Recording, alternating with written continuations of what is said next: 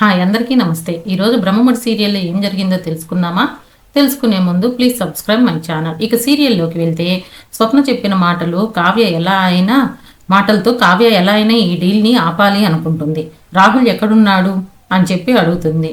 రూమ్లో ఉన్నాడక్క, వస్తున్నాడు అని చెప్పగానే రానివ్వు, అందరి ముందు నిజాన్ని బయట పెడతాను అంటుంది. అంతలో కళ్యాణ్ రోజువారీ ఖర్చులకి ఎలా చేయాలి అని ఆలోచిస్తూ ఉంటాడు.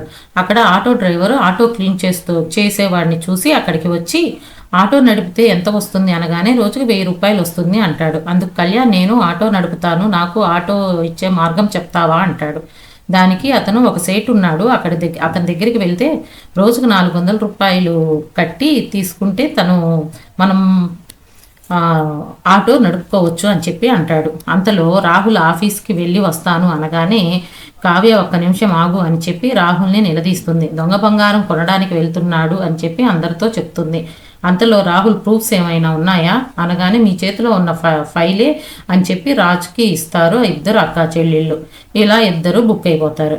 కానీ ఈలోపే అందరూ రాహుల్ని రుద్రాణిని ఒక ఆట ఆడుకుంటారు. అంతలో రాజు ఆ ఫైల్ చూసి ఏం తప్పుంది స్వప్న, ఇందులో ఎప్పుడు చేసే అగ్రిమెంట్సే కదా ఉంది అంటాడు. ఇద్దరు అక్కా చెల్లెళ్ళు అంతా వెతుకుతారు, కానీ నో యూస్. అంతలోనే స్వప్న నేను చూసిన పేపర్ వేరు, ఇది వేరు అని చెప్పి వాదిస్తుంది. దానికి రుద్రాని స్టాప్ ఇట్, రాజ్ ప్లేస్లో రాహుల్ని కూర్చోబెట్టారు అని భగభగా మండిపోతుంది ఈ కావ్య. నోర్ముయ్ కావ్య నువ్వు అని చెప్పి అంటుంది.